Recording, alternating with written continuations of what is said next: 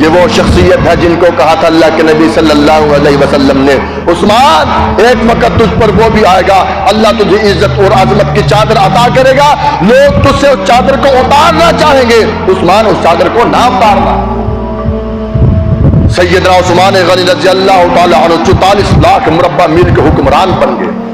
اسلام کی فتوحات، ہر جگہ پر الہ قائمت اللہ، ہر جگہ پر اسلامی فوج، ہر جگہ پر اسلامی فوج کے دستے، ہر جگہ پر اسلام کے علم کو گاڑتے جا رہے ہیں، اللہ کی توحید کے علم کو گاڑتے جا رہے ہیں، پیغمبر کی رسالت کے علم کو گاڑتے جا رہے ہیں۔ ہر جگہ مشرکین مکہ اور جو مسلمانوں کے اندر جو چھپے ہوئے منافقین تھے، انہوں نے بغاوت کا اعلان کر دیا کہ ہم عثمان غنی رضی اللہ تعالیٰ عنہ خلافت کو نہیں مانتے، ان کو برداشت نہیں ہوا۔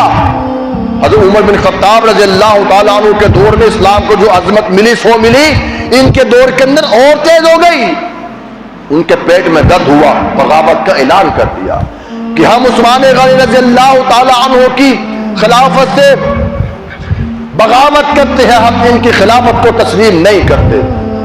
2 4 5 اٹھے، کام بڑھتا بڑھتا بڑھتا بڑھتا زور پکڑ گیا، زور پکڑ گیا۔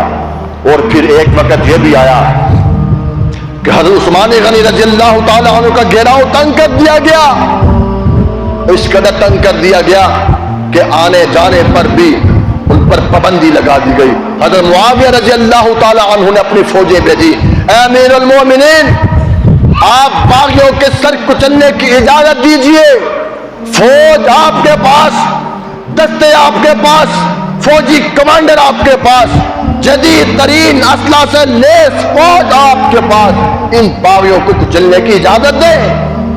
اگر آپ ان باغیوں کا کلا کما کرنے کی اجازت نہیں دیتے، مجھے آگے دیجئے، مجھے حکم دیجئے، میں ملک شام سے فوجی دستے بھیجتا ہوں، آ کے ان کے ساتھ مقابلہ کریں گے۔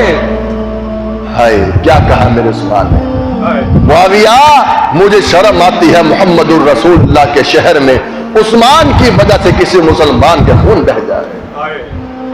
میں اپنی تو جان کی بازی لگانا پسند کرتا ہوں، عثمان کا خون اتنا قیمتی نہیں ہے کہ عثمان کے خون کی وجہ سے کسی مسلمان کا خون مدینے کی گلیوں میں گزر جائے، میں اللہ کے نبی کو کیا جواب دوں گا؟ معاویہ میں اپنی تو جان کا نذرانہ پیش کر دوں گا، لیکن نبی کے شہر میں عثمان کی وجہ سے کسی مسلمان کا خون گرے، مجھے یہ بات بالکل پسند نہیں۔ خیر، حضرت عثمان غنی رضی اللہ تعالی عنہ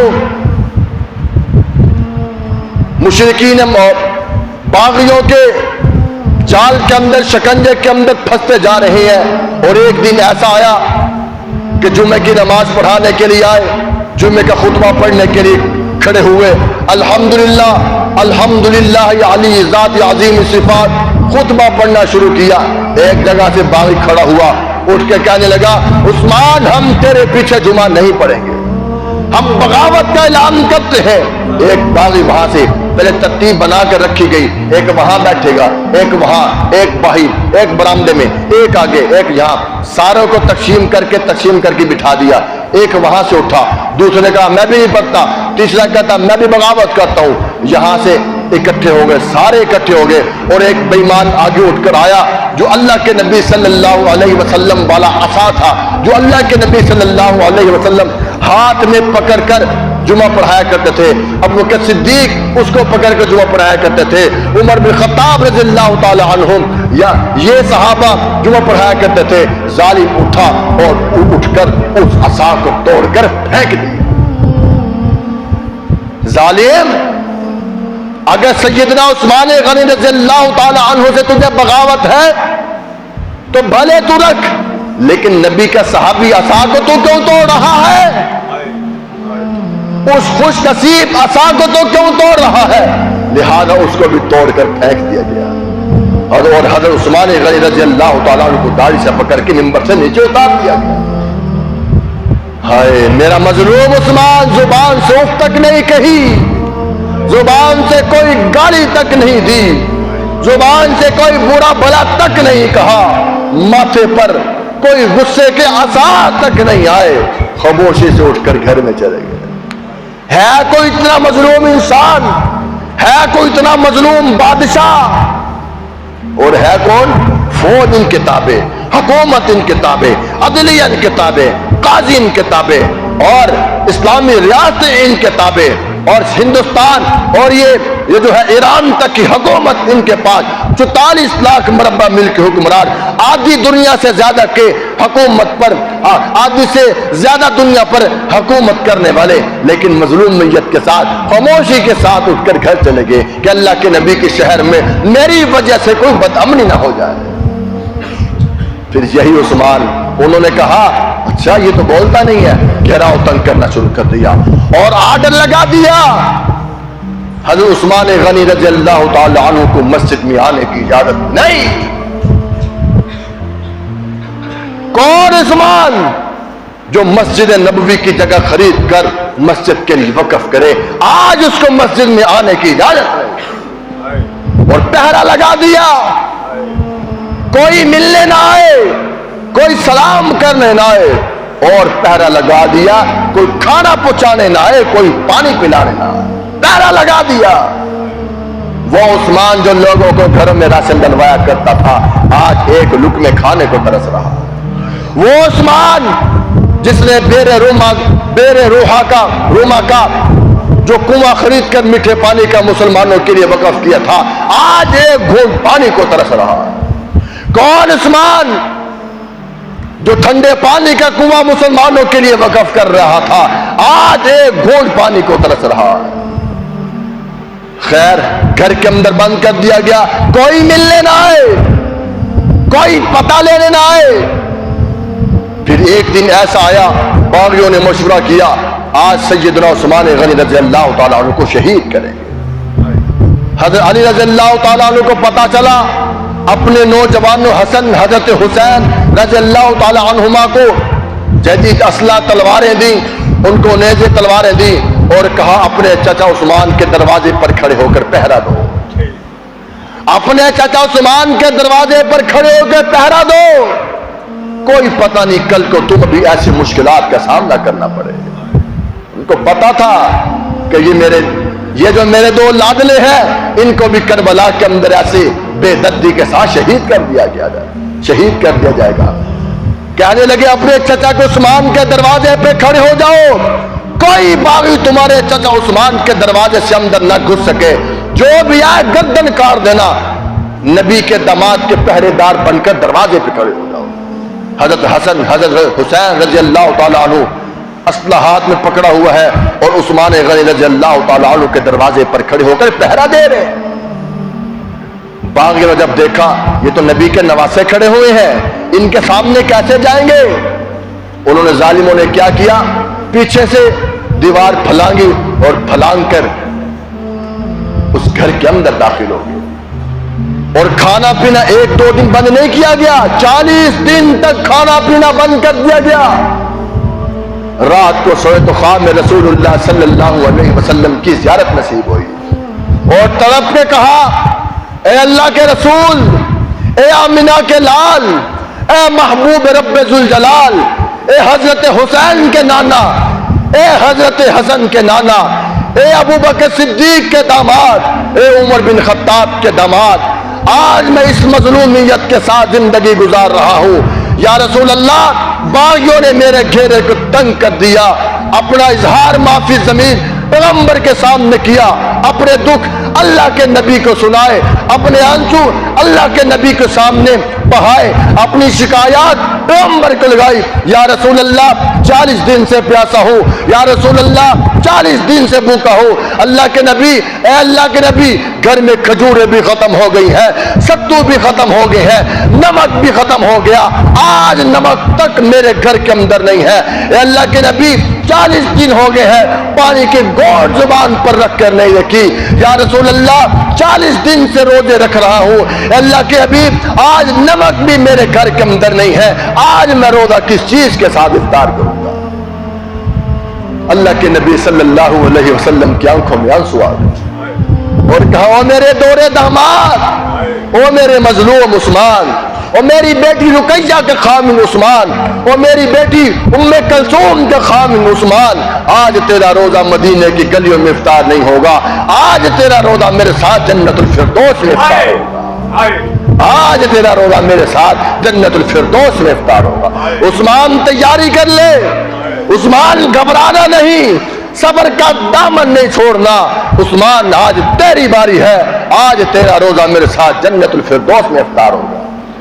حضرت عثمان غنی رضی اللہ تعالیٰ عنہ کی آنکھ کھلی، اپنی بیوی حضرت نائلہ رضی اللہ تعالیٰ عنہ کو بلایا اور کہا مجھے وہ کرتا لا دو جو رسول اللہ صلی اللہ علیہ وسلم نے مجھے عطا کیا تھا، وہ پجامہ بھی لا دو جو رسول اللہ نے مجھے عطا کیا تھا۔ وہ پجامہ بھی لایا گیا، وہ کرتا بھی لایا گیا۔ حضرت عثمان غنی رضی اللہ تعالیٰ عنہ نے اس کو زیب تن کیا اور قرآن کو کھولا اور اس کی تلاوت شروع کر دی۔ سورہ فاتحہ شروع کری، الف لام میم ذالک الکتاب لا ریب فیہ، یہاں سے قرآن کی تلاوت شروع کی۔ وہاں سے باغیوں کو آرڈر مل گیا ان کے گھر کے اندر گھس کر سیدنا عثمان غنی رضی اللہ تعالیٰ عنہ کو شہید کر دیا جائے۔ قرآن کی تلاوت کر رہے ہیں اور ایک ظالم جو گھر کی پچھلی دیوار ہے وہاں سے داخل ہوا اور آ کر دیکھا سیدنا عثمان غنی رضی اللہ تعالیٰ عنہ قرآن کی تلاوت کر رہے ہیں۔ وہ ظالم آیا اور پیغمبر کے دوہرے داماد کی داڑھی پکڑی اور چہرے پر زوردار تھپڑ مارا۔ میرے نبی کے دوہرے داماد کے چہرے پر داڑھی پکڑ کر زوردار تھپڑ مارا۔ اور یہ کون عثمان ہے؟ یہ غریب عثمان نہیں، یہ غنی عثمان ہے، یہ 44 لاکھ مربع میل کا حکمران عثمان ہے۔ اگر یہ ایک آرڈر کر دے ان باغیوں کو صفحاتی سے مٹا دیا جائے گا، لیکن آرڈر نہیں دیتے، میری وجہ سے نبی کے شہر میں کوئی مسلمان نہ شہید ہو جائے۔ خیر ایک ظالم آیا اور آ کر پیغمبر کے داماد کے چہرے کو داڑھی کو پکڑا اور زوردار چہرے پر تھپڑ مارا۔ دوسرا ظالم آیا، لوہے کی لاٹھی اس کے ہاتھ میں سی اور حضرت عثمان رضی اللہ تعالیٰ عنہ کے چہرے پر مارا، ماتھے پہ لگی، خون کا فوارہ جب نکلا قرآن کریم کے اوپر خون گرنا شروع ہو گیا۔ ایک اور ظالم آیا اور آ کر زوردار تلوار کا وار کیا۔ پاس بیٹھی ہوئی ان کی بیوی حضرت نائلہ رضی اللہ تعالیٰ عنہ، انہوں نے آگے ہاتھ کیا، ہاتھ کی 3 انگلیاں کٹی، وہ بھی قرآن کریم کے اوپر گر گئے۔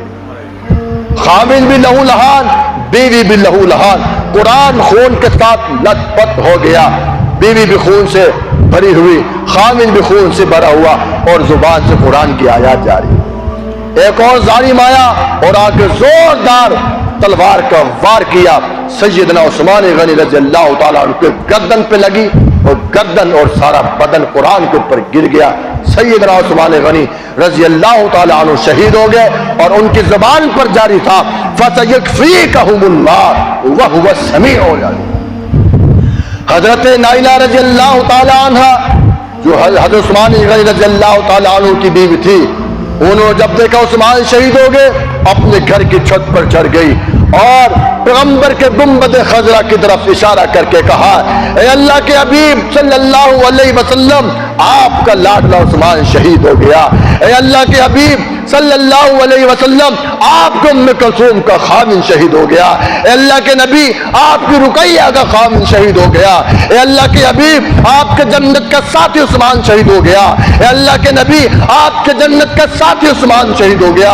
اے اللہ کے نبی، مسجد نبی کی جگہ خرید کر وقف کرنے والا عثمان شہید ہو گیا، بیر روحا خرید کر دینے والا عثمان شہید ہو گیا۔ یا رسول اللہ، آج مظلومیت کی حالت میں عثمان شہید ہو گیا۔ جب ان کی باتیں مدینہ کی گلیاں تک پہنچی، صحابہ کی چیخیں نکل گئی، عورتوں کی چیخیں نکل گئی، مدینہ کی گلیوں میں ایسے کوہرام مچ گیا کہ جیسے کہ ہر گھر کے اندر ایک ایک میت لیٹی ہوئی ہے۔ صحابہ کی چیخیں نکل گئی۔ اور پھر اسی پر بس نہیں، جب سیدنا عثمان غنی رضی اللہ تعالیٰ عنہ شہید ہو گئے پھر پہرا لگا دیا، خبردار کوئی چہرہ دیکھنے کے لیے آیا، خبردار کوئی غسل دینے کے لیے آیا، خبردار کوئی کفن پہنا گیا، کوئی کفن پہنانے کے لیے آیا. آج ہمارے معاشرے کے اندر کتنی بھی بڑی کسی کے ساتھ دشمنی ہو, لیکن اس کو موت کی گھاٹ اتارنے کے بعد, اس کو جان سے مارنے کے بعد ان کے حوصلے پست ہو جاتے ہیں, غصے ٹھنڈے ہو جاتے ہیں. لیکن یہ ظالم سیدنا عثمان غنی رضی اللہ تعالیٰ عنہ کو شہید کرنے کے بعد پہلے سے زیادہ تیز ہو گئے. آرڈر لگا دے کوئی دیکھنے نہ آئے. آپ صلی اللہ علیہ وسلم کے ازواج مطہرات, اور 3 دن تک جنازہ ایسے ہی پڑا رہا. 3 دن تک جنازہ پڑا رہا. 3 دن کے بعد ازواج مطہرات آپ صلی اللہ علیہ وسلم کی بیویاں پردہ لے کر باہر نکل آئی اور کہا باغیو, عثمان غنی کو دفن کرنے کی اجازت دو. اگر اجازت نہیں دو گے تو ہم خود ازواج مطہرات پیغمبر کا حرم نکل کر عثمان غنی کا جنازہ لے کر نکلیں گے.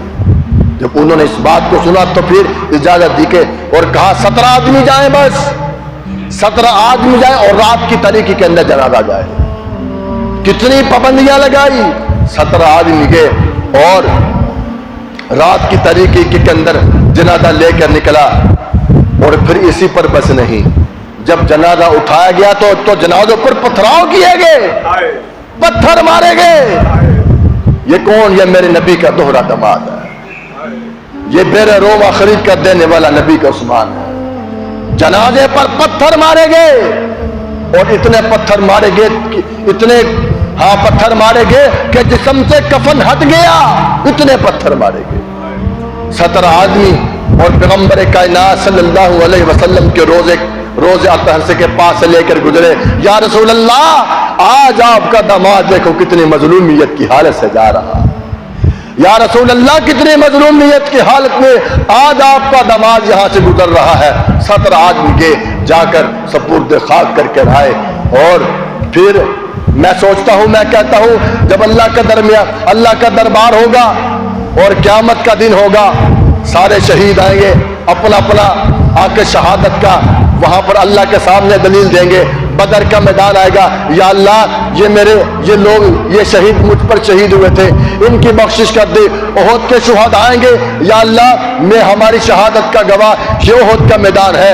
اور اسی طرح خندق کے, تبوک کے, غزوہ حنین کے, سارے یہ غزوات کے صحابہ یہ میدان آئیں گے اور آ کر اپنے شہید اپنی شہادتوں کے اللہ کے آگے دلیلیں دیں گے. اللہ یہ ہم پر شہید ہوئے تھے, اللہ ان کی بخشش کر دے.